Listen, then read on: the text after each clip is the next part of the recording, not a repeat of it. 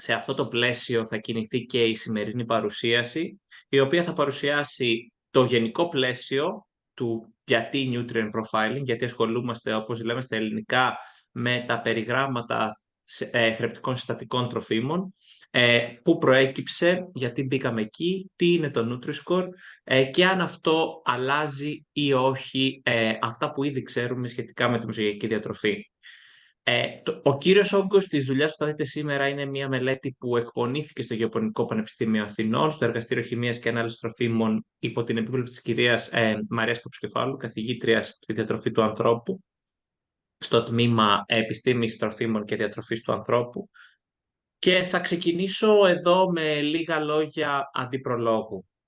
Αν και νομίζω όλοι το ξέρετε, είναι χρήσιμο συνέχεια να θυμόμαστε ότι αν και έχουμε μια τάση να μιλάμε για υγιεινά τρόφιμα, το υγιεινό τρόφιμο και το πόσο υγιεινό ή όχι είναι ένα τρόφιμο είναι λίγο παραπλανητικό σαν όρος. Έτσι λοιπόν μιλάμε για τρόφιμα τα οποία έχουν τη δυνατότητα όταν καταναλώνονται στις κατάλληλες μερίδες και με την κατάλληλη συχνότητα και σε συνδυασμό με τα υπόλοιπα τρόφιμα τα οποία καταναλώνουμε κατά τη διάρκεια της μέρας, να χτίζουν ή όχι μια υγιεινή διατροφή. Είμαστε αρκετά καλοί ιδιαιτολόγοι και η επιστήμη έχει προχωρήσει αρκετά για να μπορούμε να ξέρουμε τι είναι μια υγιεινή διατροφή και τι όχι. Παρ' όλα αυτά και μόνη της η υγιεινή διατροφή δεν αρκεί για να φτάσουμε στο τελικό που είναι η καλή υγεία. Η υγιεινή διατροφή συνδυάζεται με φυσική δραστηριότητα για να μπορέσουμε να έχουμε την καλή υγεία. Έτσι λοιπόν, όταν μιλάμε για υγιεινά τρόφιμα, προσπαθούμε ουσιαστικά να κάνουμε ένα άλμα και ουσιαστικά να συνδέσουμε απευθείας το τρόφιμο με την υγεία. Στην Ευρώπη το νομοθετικό πλαίσιο για να γίνει αυτό το άλμα υπάρχει και αυτό το νομοθετικό πλαίσιο ονομάζεται λειτουργικά τρόφιμα. Λειτουργικό είναι ένα οποιοδήποτε τρόφιμο φέρνει έναν ισχυρισμό επάνω σε αυτό, έτσι, κάποιο τρόφιμο το οποίο δηλώνει ότι έχει μια απευθείας σχέση με την υγεία. Αυτό μπορεί να είναι είτε ένα τρόφιμο το οποίο είναι πλούσιο σε κάποιο ιχνοστοιχείο και άρα λοιπόν μπορούμε να δούμε ότι συμβάλλει στην καλή υγεία των οστών, ένα τρόφιμο το οποίο είναι πηγή ασβεστίου για παράδειγμα, είτε μπορεί να έχει και μια άλλη επίδραση στην υγεία, όπως λοιπόν ένα τρόφιμο εμπλουτισμένο σε φυτοστερόλες, το οποίο μπορεί να σχετίζεται με μείωση της ολικής χολυστερόλης. Η λειτουργικότητα παρόλα αυτά έχει προϋποθέσεις και όταν λοιπόν μιλάμε για τρόφιμα τα οποία έχουν απευθείας αντίκτυπο στην υγεία, όταν ξεκίνησε αυτό το πλαίσιο να χτίζεται στην Ευρώπη, το οποίο κάπου έγινε λίγο πριν το 2006, η Ευρωπαϊκή Επιτροπή ήδη προέβλεψε ότι ασχέτως εάν μπορούμε να ισχυριστούμε ότι ένα τρόφιμο έχει απευθείας σχέση με την υγεία, δεν μπορούμε να παραβλέψουμε τα ενδιάμεσα στάδια. Και έτσι λοιπόν οποιοδήποτε τρόφιμο το οποίο έχει κάποιον ισχυρισμό διατροφής ή υγείας θα πρέπει να λέει ότι πρέπει να καταναλώνεται ως μέρος μιας υγιούς και ισορροπημένης διατροφής. Ταυτόχρονα η Κομισιόν έκανε αρκετά σαφές το 2006 ότι όλα τα τρόφιμα δεν είναι ίδια. Και τι σημαίνει αυτό?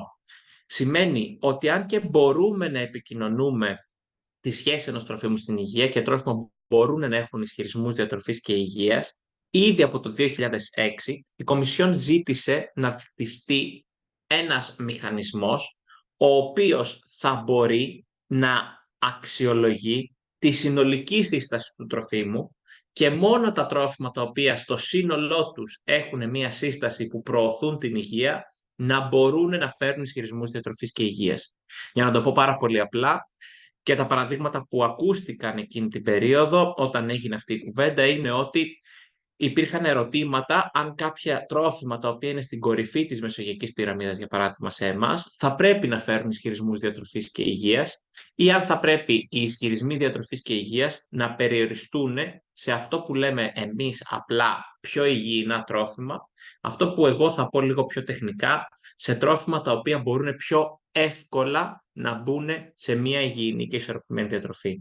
Τρόφιμα λοιπόν τα οποία θέλω να προωθήσω επί τούτου για να έχω καλύτερες διατροφικές συνήθειες και όχι τρόφιμα τα οποία υποχρεωτικά, όχι τρόφιμα τα οποία απλά καταναλώνονται σε μεγάλο βαθμό.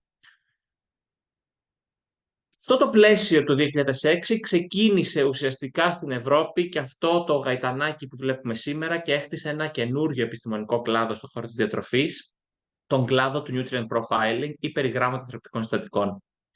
Το nutrient profiling σαν ορισμός είναι η επιστήμη που κατηγοριοποιεί ή κατατάσσει τρόφιμα με βάση τη διατροφική του σύσταση σε σχέση με την ικανότητά τους να προλαμβάνουν νόσους ή να προωθούν την υγεία. Κοινώς, τι κάνει το nutrient profiling? Μελετάει τη σύσταση των τροφίμων και με βάση αυτή τη σύσταση αποφασίζει αν ένα τρόφιμο ταιριάζει ή όχι στις συστάσεις. Και αυτό το κάνει με δύο τρόπους. Είτε αποφασίζει αν το τρόφιμο ταιριάζει ή όχι στις συστάσεις, και έχουμε λοιπόν αυτό που λέμε ένα διχοτομημένο αποτέλεσμα, το οποίο σημαίνει ναι, όχι, ταιριάζει, δεν ταιριάζει, ή έχουμε μία κατάταξη, συνήθως με τη μορφή σκορ, του πόσο πολύ ή λίγο ταιριάζει αυτό το τρόφιμο στις συστάσεις. Σήμερα υπάρχει μία πληθώρα συστημάτων και εφαρμογών αυτής της επιστήμης, του nutrient profiling. Μπορούμε να τη δούμε σε διάφορες χώρες να χρησιμοποιείται για να φτιάξουμε συστήματα επισήμανσης. Το Traffic Light System του Ηνωμένου Βασιλείου είναι ένα τέτοιο, όπου κατηγοριοποιεί την περιεκτικότητα των τροφίμων σε πράσινο, πορτοκαλί και κόκκινο, χαμηλό, υψηλό, μέτριο. Ή έχουμε άλλα παραδείγματα όπως είναι το Keyhole ή το Nutri-Score που θα δούμε σήμερα. Και επίσης υπάρχουν χώρες στις οποίες βλέπουμε το Nutrient Profiling να χρησιμοποιείται και για τον έλεγχο προωθητικών ενεργειών. Για παράδειγμα, στο Ηνωμένο Βασίλειο, το Nutrient Profiling σύστημα του FSA Ofcom, που είναι το Εθνικό Ραδιοτηλεοπτικό Συμβούλιο, αποφασίζει ποια τρόφιμα μπορούν να παίξουν στην παιδική ζώνη και ποια δεν μπορούν να παίξουν στην παιδική ζώνη, μελετώντας μόνο τη σύστασή τους. Και τέλος, έχουμε και εφαρμογές στον ανασχεδιασμό τροφίμων, όπως χώρες όπως πάλι το Ηνωμένο Βασίλειο και ο Καναδάς έχουν πολύ εκτεταμένα συστήματα nutrient profiling, τα οποία υποδεικνύουν με ποιον τρόπο τρόφιμα θα πρέπει να ανασχεδιαστούν ή όχι. Ταυτόχρονα πολλές εταιρείες έχουν δικά τους συστήματα nutrient profiling, τα οποία χρησιμοποιούν εσωτερικά για να εμπνέουν τους R&D κύκλους τους. Σήμερα έχουμε πάνω από 159 διαφορετικά συστήματα στη βιβλιογραφία και αυτό είναι μία ένδειξη του πόσο σημαντικό και πόσο ενδιαφέρον έχει αυτό το κομμάτι της επιστήμης της διατροφής, τόσο για τους ερευνητές όσο και για το κοινό, τους πολιτικούς αλλά και για τις εταιρείες. Πάμε λοιπόν να μπούμε στο επιμέρους κομμάτι της μελέτης που θα ήθελα να σας δείξω, την οποία θα τη δούμε με αρκετή λεπτομέρεια για να μπορέσουμε λοιπόν να κάνουμε μετά και κουβέντες στο κατά πόσο το Nutri-Score ταιριάζει με τη μεσογειακή διατροφή και ποιος είναι ο ρόλος των γαλακτοκομικών και στα δύο αυτά συστήματα.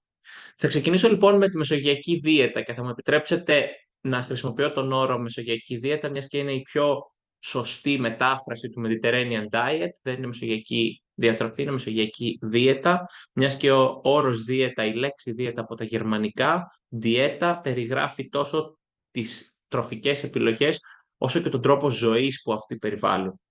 Στον Ευρωπαϊκό Νότο, λοιπόν, η μεσογειακή δίαιτα είναι το de facto υγειοδιαιτητικό σχήμα. Νομίζω ότι όσες μελέτες και να βγουν, είναι τόσες πολλές και εκτεταμένες οι μελέτες και τα δεδομένα για το ρόλο της μεσογειακής δίαιτας στην προώθηση της υγείας, όπου θα πρέπει να γίνει κάποια πολύ μεγάλη αλλαγή στον κόσμο και στην επιστήμη για να δούμε ότι αυτό δεν ταιριάζει. Βέβαια, η μεσογειακή δίαιτα δεν είναι πανάκια. Η μεσογειακή δίαιτα ταιριάζει και σίγουρα ταιριάζει στη λεκάνη της Μεσογείου και άρα στον Ευρωπαϊκό Νότο και ίσως σε χώρες οι οποίες δεν έχουν το πολιτισμικό background αλλά και τη βιοποικιλότητα και το κλίμα της Μεσογείου να μην ταιριάζει. Η μεσογειακή δίαιτα συνδέεται τόσο με την υγεία, συνδέεται τόσο με την πρόθεση της παράδοσης, της τοπικής παραγωγής, την κοινωνία και τον πολιτισμό και γι' αυτό είναι πολύ σημαντική για εμάς. Είναι ένα μνημείο άειλης πολιτιστικής κληρονομιάς, το οποίο προστατεύεται από την UNESCO και αυτό σημαίνει ότι δεν είναι απλά ένα διατροφικό πρότυπο για τον Ευρωπαϊκό Νότο, είναι ένας τρόπος ζωής, ένας τρόπος παραγωγής, διαχείρισης της γης, διαχείρισης του φυτικού και ζωικού κεφαλαίου, διαχείρισης των τροφίμων και αλληλεπίδρασης. Χτες, για παράδειγμα, είχαμε Καθαρά Δευτέρα, η οποία Καθαρά Δευτέρα είναι κάτι το οποίο είναι μία ημέρα με πολύ σαφή διατροφικό χαρακτήρα. Και αν το βγάλουμε αυτό από τα πλαίσια της μεσογειακής δίαιτας, αρχίζουμε σιγά σιγά να χάνουμε τόσο το νόημα της μεσογειακής δίαιτας, όσο και κομμάτια της κουλτούρας μας. Η μεσογειακή δίαιτα έχει παρουσιαστεί στα χρόνια που υπάρχει με πολλές διαφορετικές εκδοχές. Η πρώτη εκδοχή που είδαμε στην Ευρώπη και σε όλο τον κόσμο είναι αυτή της κυρίας Τριχοπούλου. Δημοσιεύτηκε περίπου το 1990 και σε αυτή τη μεσογειακή δίαιτα, είναι αυτός ο πίνακας που βλέπετε εδώ στο πλάι, αυτή η πυραμίδα, η κυρία Τριχοπούλου αποτυπώνει την παραδοσιακή δίαιτα των κατοίκων της Κρήτης περίπου το 1960 με 1970. Είναι μια δίαιτα η οποία δεν περιλαμβάνει καθόλου μη παραδοσιακά προϊόντα, δεν περιλαμβάνει καθόλου εκτενώς επεξεργασμένα προϊόντα και γενικά στους ορισμούς της λέει ότι τα τρόφιμα τα οποία ανήκουν στη μεσογειακή δίαιτα είναι μόνο όσα παράγονται στον Ευρωπαϊκό Νότο και συγκεκριμένα στην Ελλάδα και άρα λοιπόν προϊόντα τα οποία είναι εισαγωγής δεν ανήκουν σε αυτή την εκδοχή του προτύπου. Θέλοντας να το κάνω αυτό λίγο πιο σαφές, όταν μιλάμε λοιπόν στο πρότυπο αυτό για μη επεξεργασμένα ή για ελαφρώς επεξεργασμένα δημητριακά στη φάση, μιλάμε για πληγούρι, μιλάμε για τραχανά, μιλάμε για παραδοσιακά μακαρόνια, δεν μιλάμε για πράγματα τα οποία έρχονται από άλλες χώρες. Δεν μιλάμε σίγουρα για porridge, δεν μιλάμε σίγουρα για βρώμη, δεν μιλάμε για αυτά τα πράγματα. Σε αυτό λοιπόν το πλαίσιο, όπου ουσιαστικά τη μεγάλη διαφορά θα τη δούμε προς τα επάνω, προς τα ψηλά κομμάτια της πυραμίδας, τα γλυκά έχουν ρόλο και στα πλαίσια αυτά της κυρίας Τριχοπούλου την πυραμίδα, τα γλυκά μπορούν να καταναλώνονται σε εβδομαδιαία και όχι σε μηνιαία βάση, με το κρέας να καταναλώνεται σε μηνιαία βάση και ο λόγος αυτός είναι γιατί στα γλυκά εδώ η κυρία Τριχοπούλου περιλαμβάνει μόνο παραδοσιακά γλυκά. Άρα λοιπόν θα μιλήσουμε για χαλβά, γλυκά του κουταλιού και πολύ περιορισμένα άλλα γλυκά τα οποία υπάρχουν παραδοσιακά στην Ελλάδα. Okay. Έτσι λοιπόν όλα αυτά τα νέα γλυκά συμπεριλαμβανομένης και της σοκολάτας, η οποία είναι ένα ξένο γλυκό για την περιοχή της Μεσογείου, δεν περιλαμβάνονται καθόλου σε αυτό το πρότυπο. Η πιο πρόσφατη εκδοχή της μεσογειακής δίαιτας είναι αυτή η οποία δημοσιεύτηκε πριν από 2 χρόνια και είναι αυτό που λέμε η μεσογειακή πυραμίδα. Σε αυτήν την εκδοχή, το group του Κάρλος Μοντέιρο προσπάθησε να συγκεράσει τόσο τη μεσογειακή διατροφή που βλέπετε στην μπροστινή όψη της πυραμίδας, όσο και κομμάτια της βιωσιμότητας τα οποία βλέπετε στην πλαϊνή εκδοχή.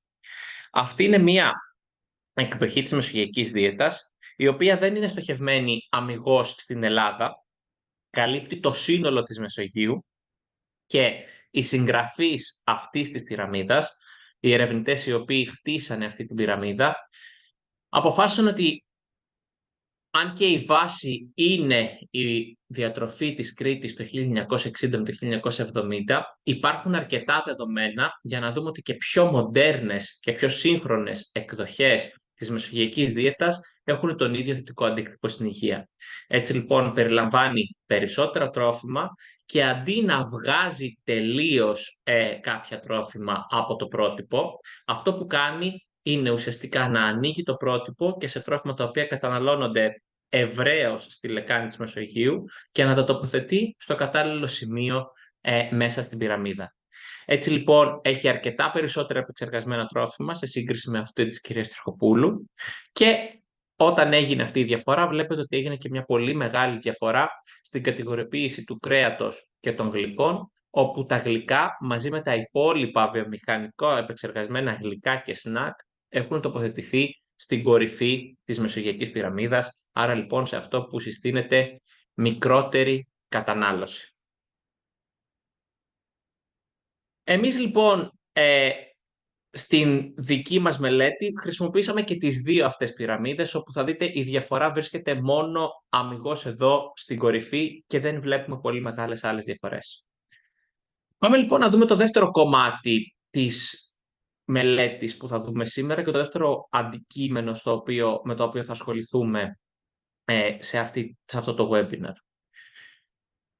Έτσι λοιπόν είπαμε ότι το 2006 ήταν η πρώτη φορά που η Κομισιόν και η Ευρωπαϊκή Επιτροπή ουσιαστικά ζήτησε να τους δοθεί ένα σύστημα το οποίο θα αξιολογεί τη διατροφική ποιότητα ενός τροφίμου στο σύνολο.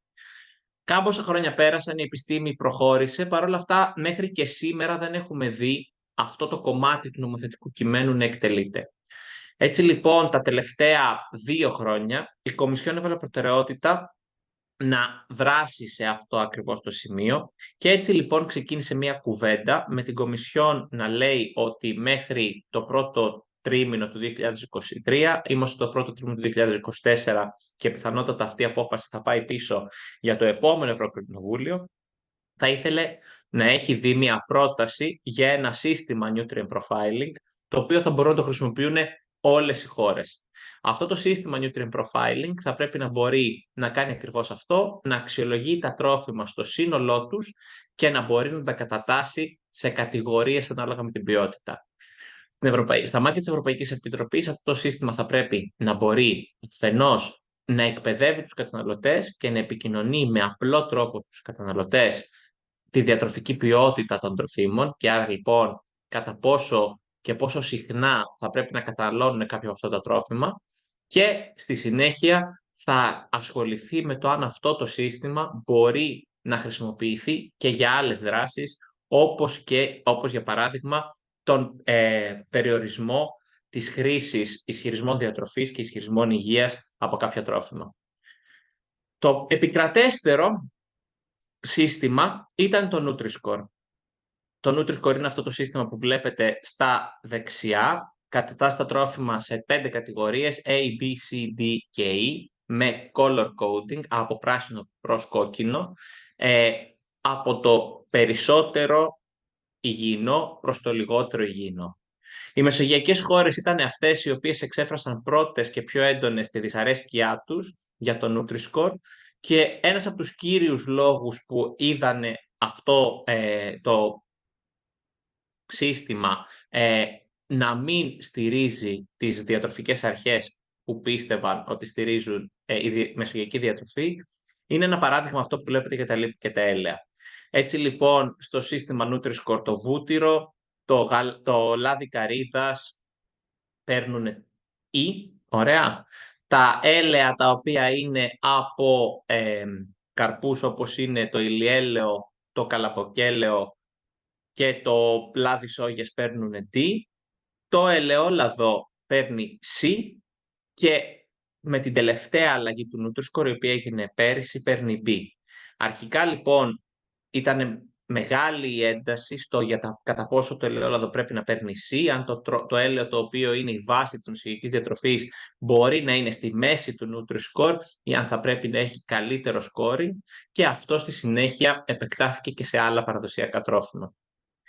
Εμείς λοιπόν αποφασίσαμε ότι θέλουμε να δούμε εάν το Nutri-Score γινόταν όντως νομοθεσία του κράτους και έμπαινε στην Ελλάδα, πώς θα φαινόταν στο ελληνικό σούπερ μάρκετ, το τοπίο των τροφίμων, και αν τελικά αυτό το πρότυπο συμβαδίζει με την πυραμίδα της μεσογειακής δίαιτας. Για να το κάνουμε αυτό, χρησιμοποιήσαμε την Health, η οποία είναι μια βάση δεδομένων σύστασης επώνυμων συσκευασμένων τροφίμων στην Ελλάδα, η οποία περιλαμβάνει σήμερα περισσότερα από 8.500 τρόφιμα και την εποχή που κάναμε αυτή τη μελέτη χρησιμοποιήσαμε την τελευταία σταθερή έκδοση όπου περιλαμβάνει περίπου 4.000 τρόφιμα.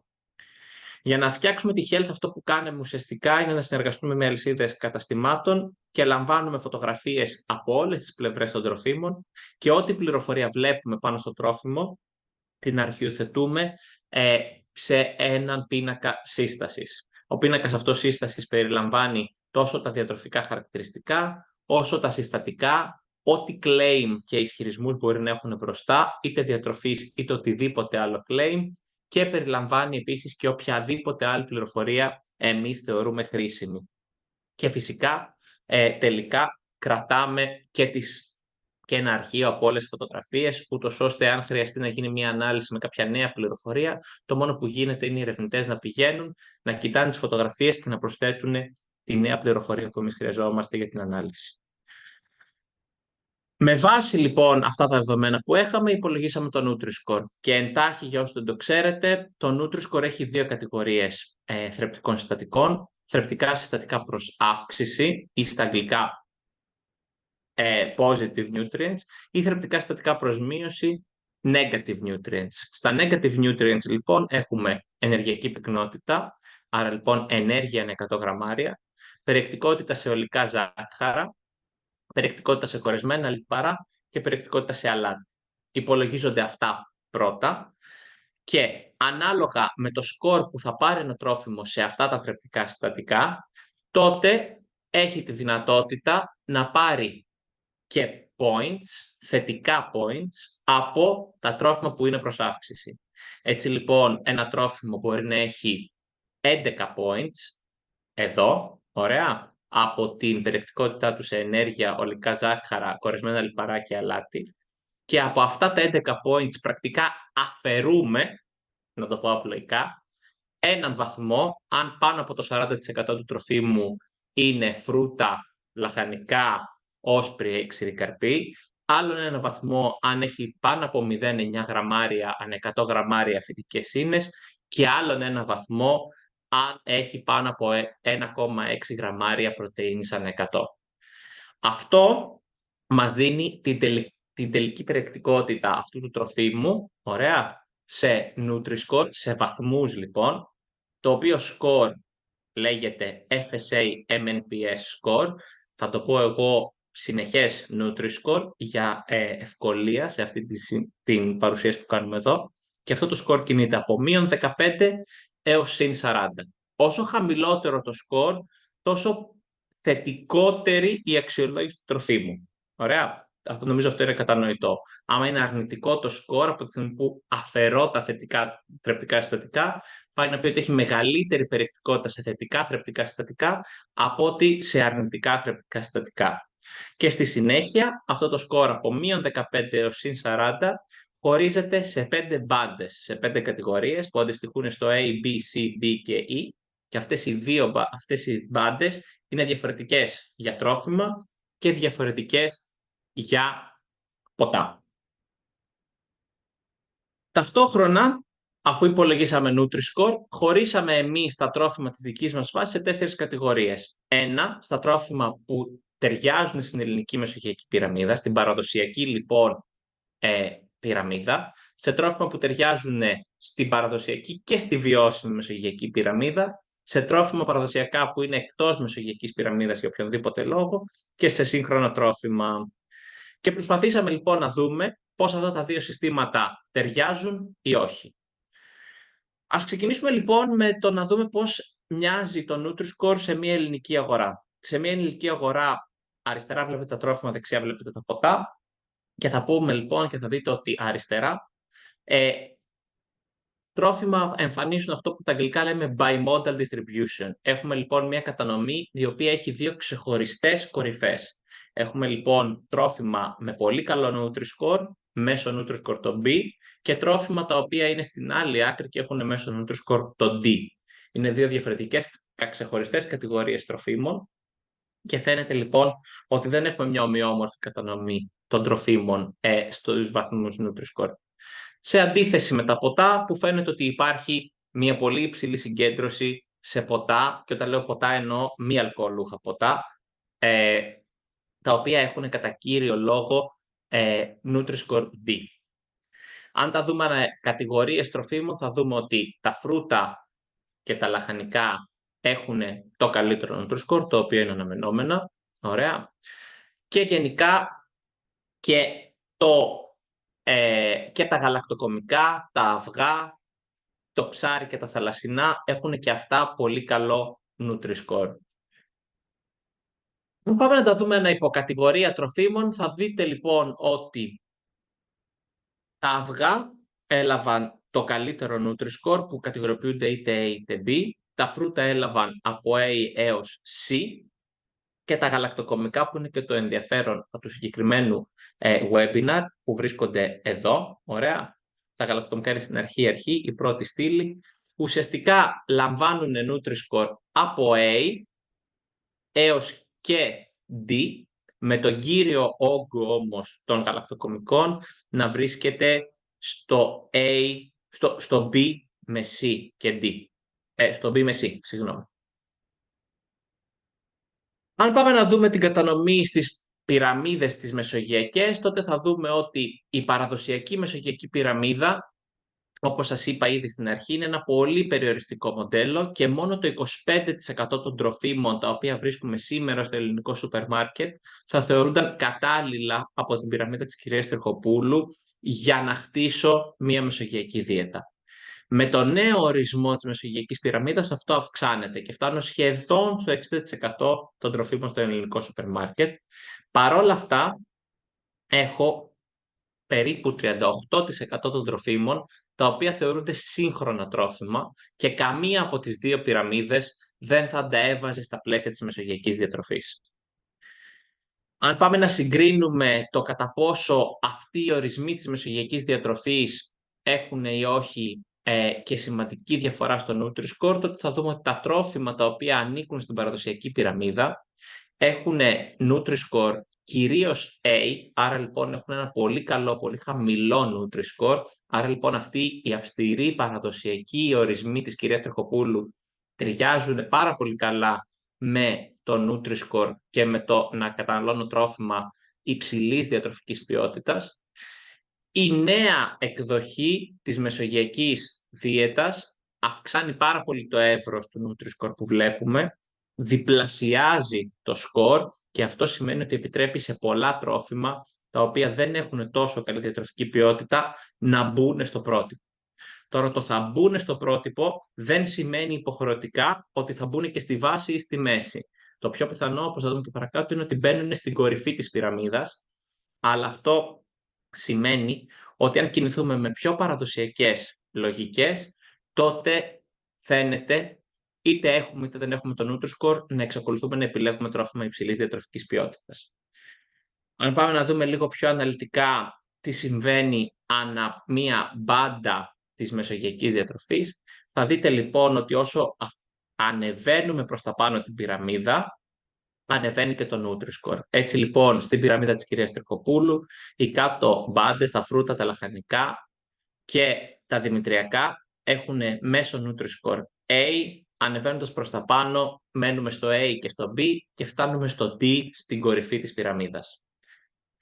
Αντίστοιχα, θα δούμε αντίστοιχη αύξηση του Nutri-Score όσο ανεβαίνουμε προς τα πάνω και στη βιώσιμη μεσογειακή πυραμίδα, μόνο που στη βιώσιμη μεσογειακή πυραμίδα, ενώ το μέγιστο που είδαμε στις κυρίες Τριχοπούλου ήταν το D, εδώ το μέγιστο που βλέπουμε είναι το E και είναι αυτό που σας έλεγα πριν, ότι πιθανότατα τα νέα τρόφιμα που επιτρέπει η βιώσιμη μεσογειακή πυραμίδα να μπουν, τοποθετούνται περισσότερο προς την κορυφή της πυραμίδας και όχι τόσο προς τη βάση.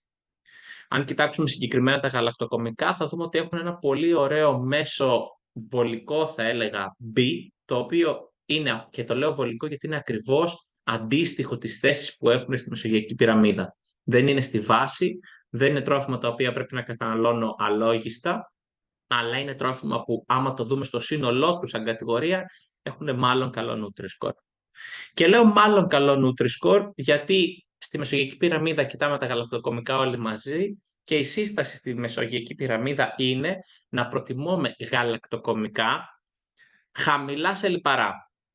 Τι σημαίνει αυτό πρακτικά? Για τον ορισμό της κυρίας Τριχοπούλου, τα γαλακτοκομικά χαμηλά σε λιπαρά δεν μιλάμε για τυριά χαμηλά σε λιπαρά, εκδοχές λοιπόν τυριών σε χαμηλά σε λιπαρά, ούτε καν γάλα χαμηλότερο σε λιπαρά, με την αυστηρή παραδοσιακή λογική της κυρίας Τριχοπούλου. Χαμηλό σε λιπαρά γαλακτοκομικό σημαίνει ότι μετατοπίζομαι από τυρί και πάω προς γιαούρτι και από γιαούρτι και πάω προς γάλα. Με αυτόν τον τρόπο μειώνω τη λιποπεριεκτικότητα. Στη βιώσιμη πυραμίδα αυτό είναι λίγο πιο ανοιχτό και επιτρέπω χαμηλά σε λιπαρά γαλακτοκομικά, να μπουν μέσα. Έτσι λοιπόν μπορώ να βάλω στη νέα βιώσιμη πυραμίδα και χαμηλή σε λιπαρά φέτα, χαμηλή σε λιπαρά γραβιέρα. Με όποιον τρόπο και αν τα δούμε, αυτό που βλέπουμε είναι ότι το Nutri-Score μπορεί με ασφάλεια να προβλέψει και να δει αυτές τις διαφορές στην λιποπεριεκτικότητα και στην περιεκτικότητα σε αλάτι στις τρεις μεγάλες κατηγορίες τροφίμων που παρατηρούν τα γαλακτοκομικά.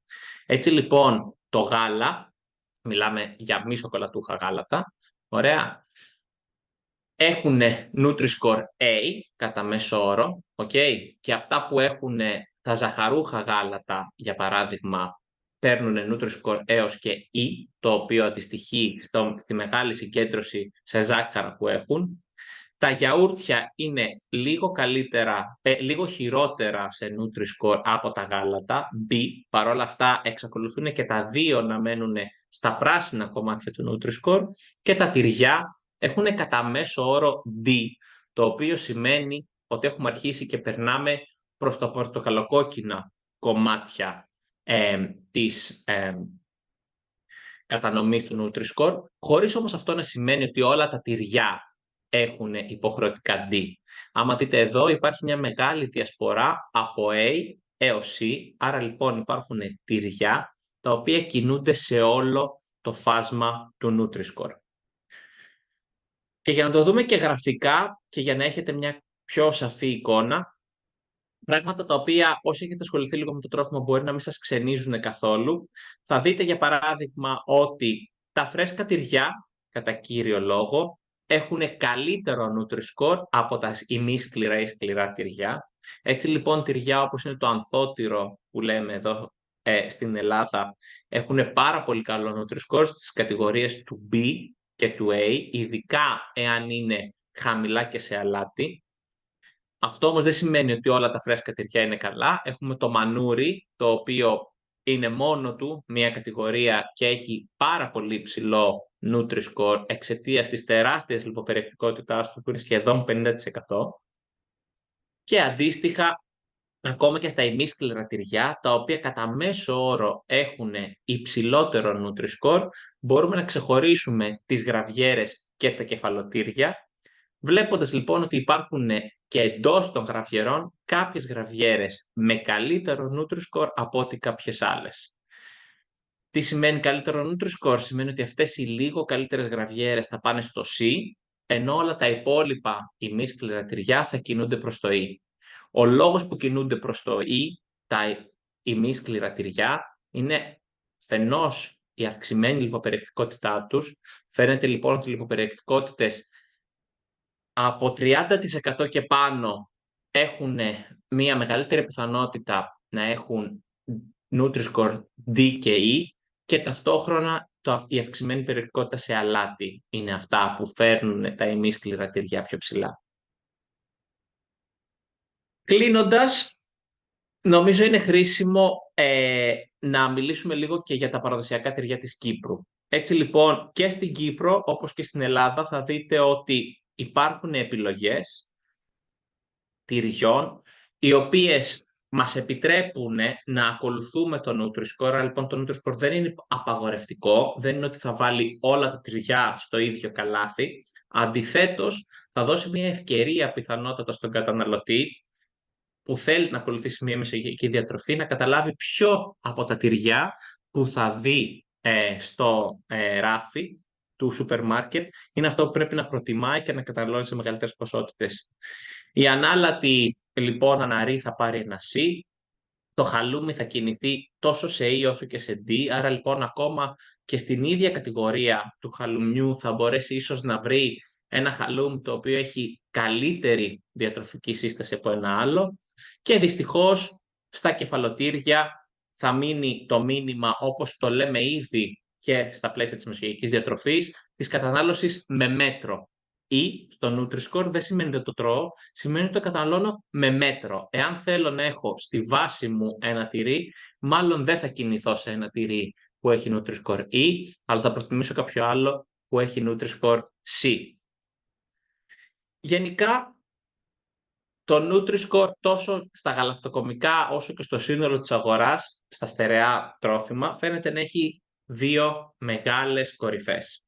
Υπάρχουν λοιπόν γαλακτοκομικά τα οποία μαζεύονται γύρω από το B, και αυτά είναι τα γιαούρτια και τα φρέσκα τυριά, και υπάρχουν γαλακτοκομικά τα οποία μαζεύονται γύρω στο D, τα οποία στην πλειοψηφία τους είναι η μη σκληρά τυριά, και προφανώς γαλακτοκομικά τα οποία έχουν προσθήκη ζάχαρης, γεύσης, χυμών, μαρμελάδες, σοκολάτα και τα σχετικά.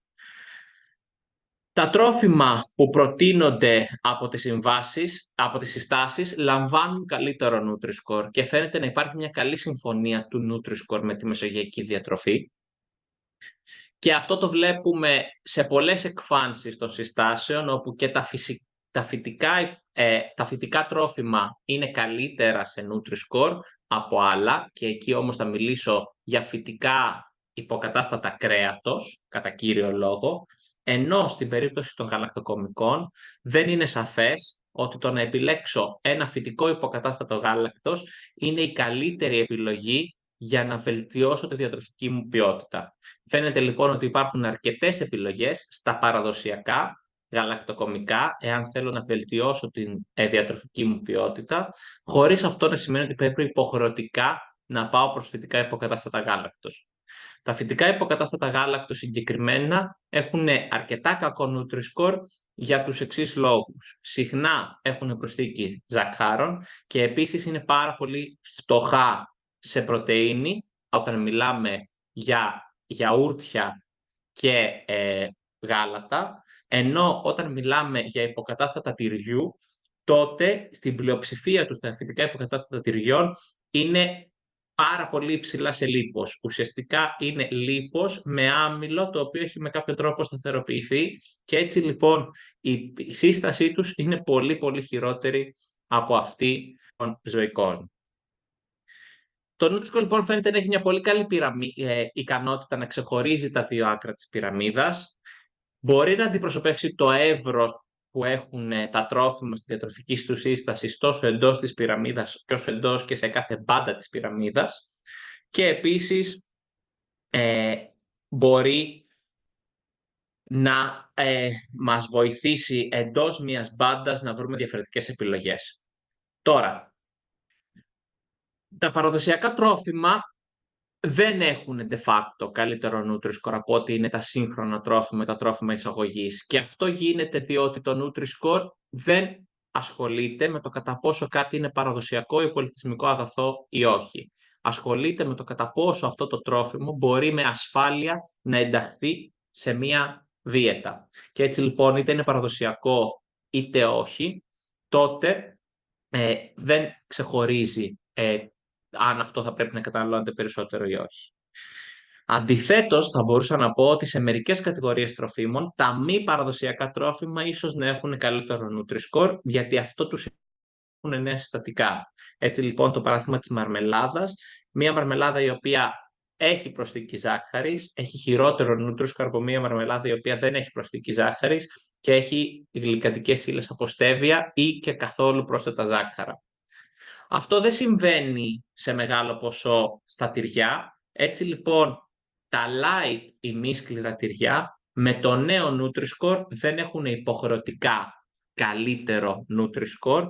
Κάποια από αυτά ίσως να έχουν οριακά καλύτερο Nutri-Score, αλλά θα πρέπει η λιποπεριεκτικότητά τους να μειωθεί λίγο παραπάνω από τα τωρινά δεδομένα. Έτσι λοιπόν, θα πρέπει να μειωθεί λίγο ακόμα η λιποπεριεκτικότητα για να μπορέσουμε να δούμε αυτή τη διαφορά μεταξύ E που θα βλέπαμε σε ένα κεφαλοτήρι με D που θα βλέπαμε σε μία light γραφιέρα. Στην πλειοψηφία των γραφιερών, οι οποίες είναι ήδη σε D, είτε είναι light είτε είναι full fat, βλέπουμε το ίδιο Nutri-Score.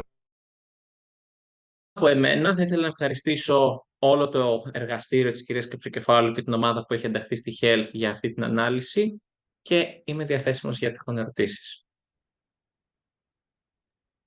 Τέλεια, να σας ευχαριστήσουμε και εμείς με τη σειρά μας για την πολύ περιεκτική παρουσίαση. Αν μου επιτρέπετε να σχολιάσω κι εγώ το πόσο ενδιαφέρουσα ήταν η σύγκριση μεταξύ βιώσιμης πυραμίδας και μεσογειακής, καθώς και από την πλευρά τη δικιά μας, όσον αφορά τα φυτικά τα ροφήματα σε σχέση με τα υποκατάστατα γάλακτος. Έτσι, σε εισαγωγικά καταρρίπτεται ο μύθος για το φρέσκο γάλα, το αγελαδινό, σε σχέση με τα φυτικά ροφήματα περί Nutri-Score. Τώρα είμαστε στη διάθεση για ερωτήσεις, είτε μέσω του Q&A, είτε μέσω του Raise Hand.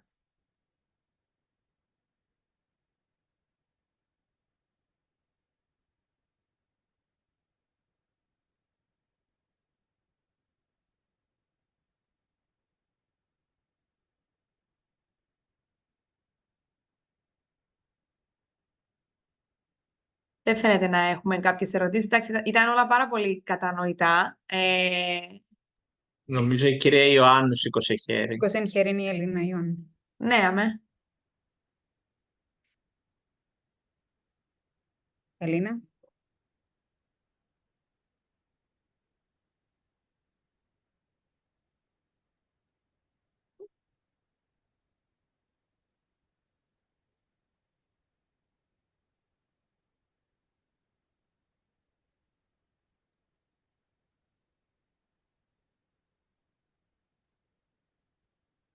Ελίνα, σε ακούμε, δεν ξέρω αν είσαι...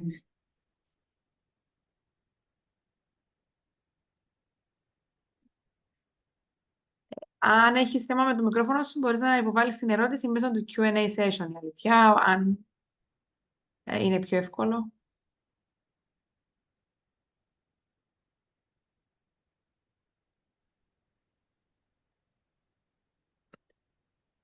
Όσο περιμένουμε να πω ότι για μένα σημαντικό είναι πραγματικά όταν αξιολογούμε συστήματα και όχι συγκεκριμένα τον Nutri-Score, οποιοδήποτε, να κοιτάμε τόσο την κατανομή σε όλη την κατηγορία, αλλά μπορούμε να δούμε και αν μπορεί πραγματικά να ξεχωρίσει τα τρόφιμα μεταξύ τους. Πολλές φορές παθαίνουμε ένα πανικό ότι όλα τα τρόφιμα πέφτουν στον ίδιο κουβά και δεν μου αρέσει.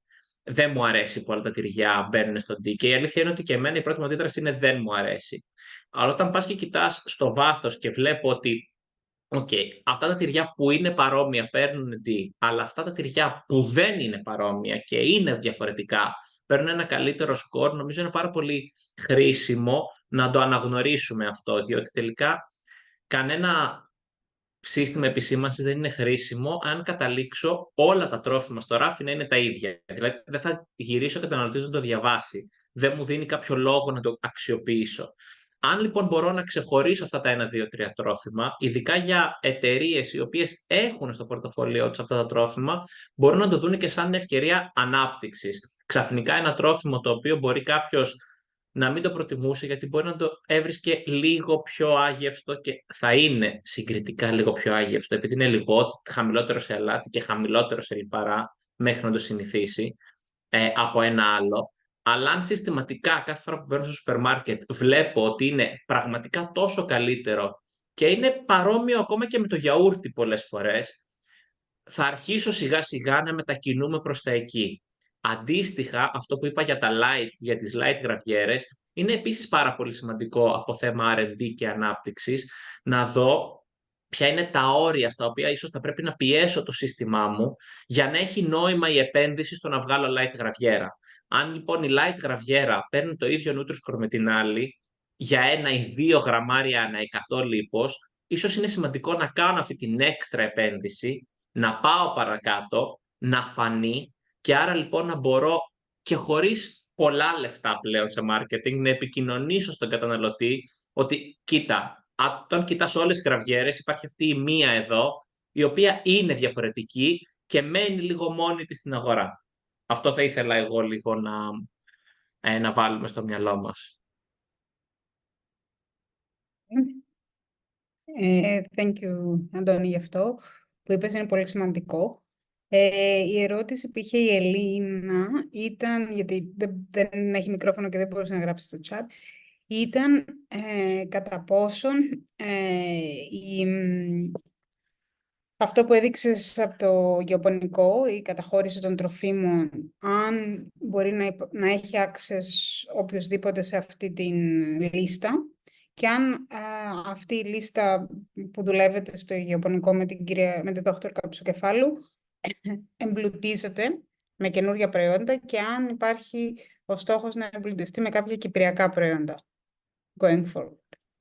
Ωραία. Εγώ μπορώ να απαντήσω στα 2 από τα 3. Η λίστα αυτή εμπλουτίζεται συστηματικά, εννοώντας ότι σας έδειξα τη σταθερή που κάναμε εμείς που χρησιμοποίησα το 2020 και ο λόγος που χρησιμοποίησα το 2020 είναι γιατί συλλέγοντας όλη αυτή την πληροφορία πήρε κάποιο χρόνο να μπουν από τη φωτογραφία. Αυτή τη στιγμή κλείσαμε την τρίτη επικαιροποίησή της πριν από μερικούς μήνες και προσπαθούμε κάθε έτος, 1,5 έτος, ανάλογα και με τις συνεργασίες που έχουμε, γιατί είναι ένα αρκετά κοστοβόρο εγχείρημα, να την ανανεώνουμε. Οι ανανέωσεις που έχουμε κάνει, οφείλω να πω ότι στα 4 χρόνια που κάναμε ανανέωση δεν είδαμε διαφορές στα υπάρχοντα προϊόντα. Είδαμε νέα προϊόντα να μπαίνουν. Έτσι λοιπόν, τα παλιά προϊόντα, ακόμα και αν τα επικαιροποιήσαμε, δεν είδαμε τεράστιες διαφορές στη διατροφική του σύσταση. Παρ' όλα αυτά είδαμε, δηλαδή ειδικά στο κομμάτι των φυτικών υποκατάστατων, είδαμε τεράστια επέκταση στα τελευταία 3 χρόνια. Ξεκινήσαμε λοιπόν με 5 τρόφιμα και τώρα έχουμε πάνω από 150 αυτή τη στιγμή. Δυστυχώς αυτή τη στιγμή δεν είναι διαθέσιμη. Δουλεύουμε στο να είναι διαθέσιμη και όταν λέω δουλεύουμε στο να είναι διαθέσιμη, ακριβώς επειδή υπάρχει ένα κόστος της επικαιροποίησης και γίνεται μέσω ερευνητικών προγραμμάτων, δεν μπορεί να είναι open access. Παρ' όλα αυτά η βάση είναι κομμάτι ενός προγράμματος της ΕΦΣΑ, το οποίο έχει ως στόχο να φτιάξει πίνακες σύστασης τροφίμων για όλη την Ευρώπη και άρα λοιπόν μέσω αυτού του προγράμματος της ΕΦΣΑ στα επόμενα χρόνια θα είναι διαθέσιμο της Ελλάδας και εκεί βέβαια τους όρους θα τους έχει η ΕΦΣΑ, δηλαδή ποιο version θα έχει και πόσο συχνά θα το ανανεώνει και. Παρ' όλα αυτά είναι στο πλάνο μας. Τώρα, για επέκταση στην Κύπρο, αυτή τη στιγμή δεν υπάρχει από εμάς, από όσο γνωρίζω, κάποιο πλάνο, με την έννοια του ότι για να γίνει αυτό είμαστε ανοιχτοί, θα πρέπει να υπάρχει μια συνεργασία με κάποιον κυπριακό φορέα. Δεν είναι κάτι το οποίο δεν γίνεται. Χρησιμοποιούμε online tools για τη συλλογή φωτογραφιών, αλλά και για το χτίσιμο της βάσης. Άρα λοιπόν αυτό που χρειάζεται είναι ενδιαφέρον και ένα συνεργάτης με ενδιαφέρον και budget, ώστε να μπορέσει να γίνει μια συνεργασία και να επεκταθεί και στην Κύπρο. Παρ' όλα αυτά, θεωρώ ότι δεν θα ήταν πάρα πολύ δύσκολο, μιας και τα περισσότερα προϊόντα πολλά από αυτά είναι κοινά. Δηλαδή, νομίζω τα κοινά προϊόντα θα πρέπει να καλύπτουν σχεδόν το 50% της κυπριακής αγοράς. Άρα, λοιπόν, είναι απλά επέκταση σε συγκεκριμένες κατηγορίες. Και αυτό ίσως να ήταν το πιο ενδιαφέρον. Κατηγορίες οι οποίες είναι ξεχωριστές για την Κύπρο να γίνουν μια επέκταση συγκεκριμένα για την Κύπρο. Αλλά μέχρι στιγμής δεν έχουμε κάποια κρούση από την Κύπρο, δεν έχει εκφράσει κάποιος ένα ενδιαφέρον για να κάνει αντίστοιχη δουλειά. Okay. Απλά να προσθέσω σε αυτό που είπες για τους παρευρισκόμενους και στην ερώτηση της Ελίνας.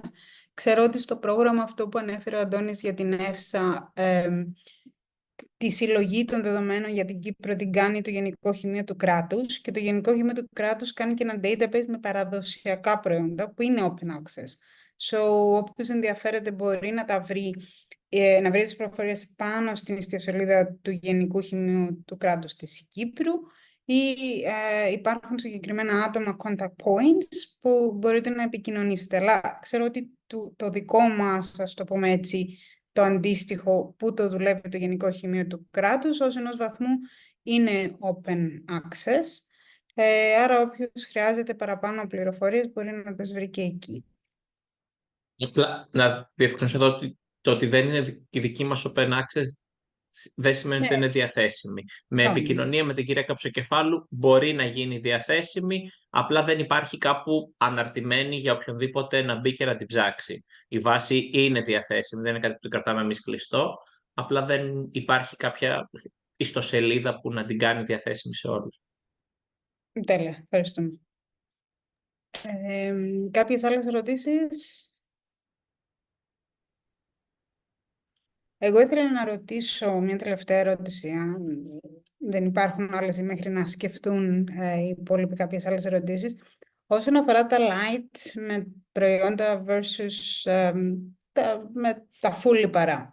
Όσον αφορά το Nutri-Score, υπάρχει, μας έδειξες Αντώνη με πολύ ενδιαφέρον, το γεγονός ότι σαν οι εταιρείες τροφίμων ότι θα ήταν καλό να κάνουν invest αυτό που είπες εσύ, το να μπορούν να μειώσουν τα λιπαρά, ειδικά στα γαλακτοκομικά συγκεκριμένα, για να πάνε προς τα light. Όσον αφορά τον τρόπο που δουλεύει το Nutri-Score, με το plus και minus, ενώ που βάζεις κάποια συστατικά, σου βγάζει plus, κάποιος σου βγάζει minus. Όσον αφορά αυτό, υπάρχει κάποια ένδειξη του τύπου αν χρησιμοποιείς αυτό το συστατικό, π.χ. για να μειώσεις, ξέρω εγώ, το fat, παίρνεις θετικό ή αρνητικό point? Ωραία. Λοιπόν, αυτό με τα light έχει μια διευκρίνηση. Το Nutri-Score έκανε update το 2023. Στο προηγούμενο update ήταν πιο ξεκάθαρη η διαφορά μεταξύ light και μη light γραβιερών. Απλά στο καινούριο update μετατράπηκε λίγο όλος ο αλγόριθμος γενικά, και ο λόγος που μετατράπηκε ο αλγόριθμος όλος λίγο πιο γενικά είναι για να μπορέσει να κατέβει το ελαιόλαδο προς το B από το C, και έτσι λοιπόν η λογική του Nutri-Score πήγε να είναι λίγο πιο αυστηρό προς τα πάνω της πυραμίδας και λίγο πιο χαλαρό προς τα κάτω της πυραμίδας. Άρα λοιπόν κερδίσαμε κάποια και χάσαμε κάποια άλλα, για να το πω έτσι απλά. Okay? Τώρα, στα γαλακτοκομικά αυτό που χάσαμε ουσιαστικά είναι αυτή η ικανότητα διάκρισης ανάμεσα σε light και μη light ημίσκυλα τυριά.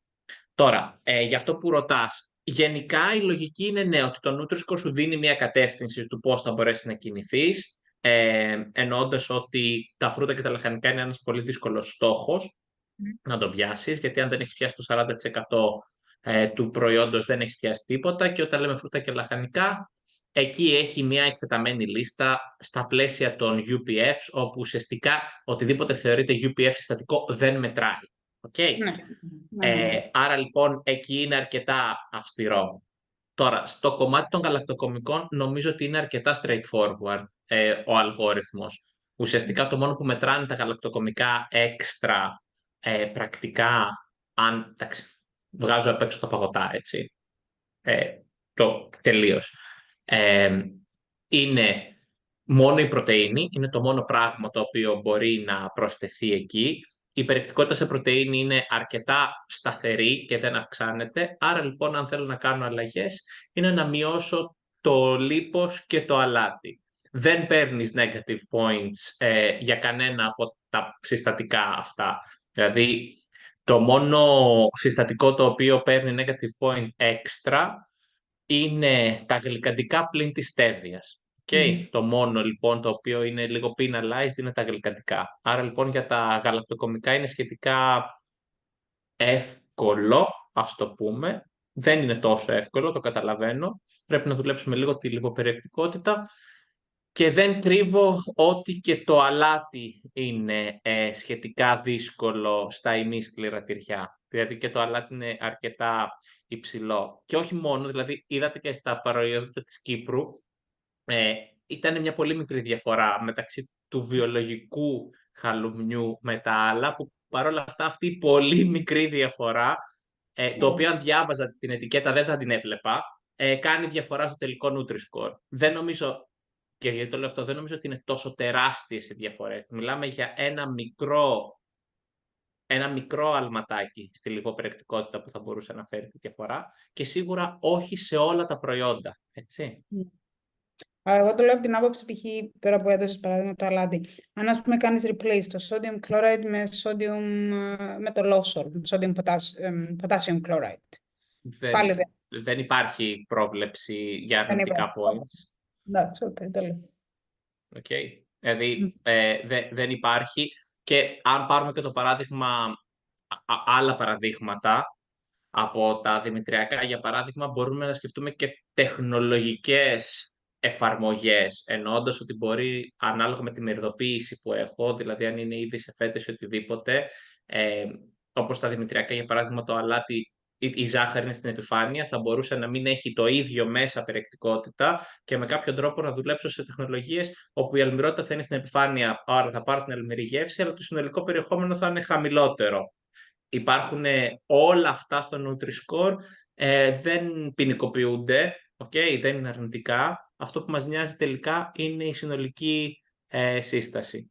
Παρ' όλα αυτά νομίζω ότι είναι σημαντικό, ειδικά για τα παραδοσιακά προϊόντα, να χρησιμοποιήσουμε το Nutri-Score ως έναν τρόπο να δούμε από τα παραδοσιακά προϊόντα ποια έχουν καλό Nutri-Score, γιατί φαίνεται να είναι αρκετά αυτά που είναι με καλό Nutri-Score και να μπαίνουν στη μεσογειακή διατροφή, και να το βρούμε σε μια ευκαιρία να τα αναδείξουμε. Okay? Και όχι να πάμε σε αυτά που εμείς θεωρούμε ότι είναι παραδοσιακά, γιατί στην Ελλάδα, αν ρωτήσει κάποιον που είναι παραδοσιακό τυρί, θα σου πει γραβιέρα και φέτα, και έχουμε ξεχάσει ότι υπάρχουν 300 διαφορετικές ποικιλίες τυριών στην Ελλάδα. που από αυτές πολλές έχουν καλύτερο Nutri-Score. Ίσως λοιπόν έχει ενδιαφέρον να ασχοληθούμε και με τα άλλα, τα οποία δεν τα έχουμε ξεχάσει, και όπως έχουμε τα Ancient Grains, να κάνουμε λίγο revival, παλιότερες συνταγές, πιο τοπικές συνταγές, οι οποίες αναδεικνύουν, νομίζω, και για τις τοπικές βιομηχανίες και έναν λίγο τοπικό χαρακτήρα σαν βιομηχανία, σαν enterprise. Δηλαδή δεν θα έρθει μια ξένη βιομηχανία να αναβιώσει μια παλιά ελληνική, κυπριακή συνταγή, αλλά αν το κάνει μια τοπική εταιρεία, αποκτάει και έναν κοινωνικό ρόλο, ας το πούμε έτσι, πέραν από της ανάπτυξης της καλής υγείας. Σίγουρα, σίγουρα. Που εντάξει, και εμείς προωθούμε πάρα πολύ το χαλούμι, που θα μπορούσαμε να προωθούμε και σε έξω αγορές, αλλά και στις εγχώρες. Εντάξει, ανάρι είναι κάτι το οποίο χρησιμοποιούμε αρκετά ήδη. Τώρα για κάποια πιο παλιά, τα οποία μπορεί να έχουν στο πέρασμα των καιρών να μην υπάρχουν στην αγορά, αλλά να υπάρχουν σε τοπικές κοινωνίες, είναι κάτι το οποίο νομίζω είναι πάρα πολύ ενδιαφέρον και πρέπει να δούμε σιγά σιγά. Π.χ. το κατοίκι δωμοτικού, που είναι, άμα το δεις, είναι προς το light, ενώ όσον αφορά το fat. Το κατοίκι είναι σχετικά χαμηλά, το είχαμε πάρα πολύ ξεχασμένο στην Ελλάδα, και τώρα είναι τόσο trendy που δεν νομίζω ότι υπάρχει εστιατόριο που δεν χρησιμοποιεί κατοίκι ή σπίτι που δεν χρησιμοποιεί κατοίκι. Ενώ αν κάποιος μας έλεγε ότι αν το πάμε απλά θα αναμίξεις γιαούρτι με φέτα και θα το φας αυτό, κάποιος θα έλεγε ναι, αλλά αυτό δεν είναι φέτα. Τώρα πολύ εύκολα θα αλλάξει τη φέτα για το κατοίκι. Είναι αυτά τα παραδείγματα, πράγματα τα οποία υπάρχουν, και επειδή το κατοίκι είναι pop και είχε τα προβλήματά του, αν δείτε την ελληνική αγορά, υπάρχουν πολλά generic κατοίκι, αλιφωτή, το ένα το άλλο, που όταν πλέον ο καταναλωτής έχει εξοικειωθεί με τη γεύση και την υφή και τη χρήση, βγαίνουν και άλλα τα οποία μου επιτρέπουν να χρησιμοποιήσω και γάλατα από άλλες περιοχές και να κινηθώ στο ίδιο προϊόντικό προφίλ. Αυτό νομίζω ότι αντί να μας τρομάζουν το Nutri-Score ή οποιοδήποτε Nutri-Score, εκεί έρχεται το πάντρεμα με τη Μεσογειακή να μας δίνει ένα ωραίο creative brief για το R&D. Ναι, σίγουρα. Τέλεια. Ευχαριστούμε πάρα. Ευχαριστώ πάρα πολύ. Ευχόμαστε να σας έχουμε μαζί μας και στο επόμενο μας webinar. Σας ευχαριστούμε πάρα πολύ για την παρουσίαση. Να ευχαριστήσουμε και όσους ήταν σήμερα μαζί μας και θα τα πούμε ξανά στις 19 Απριλίου. Τέλεια. Γεια σας. Γεια σας. Συνέχεια. Γεια σας.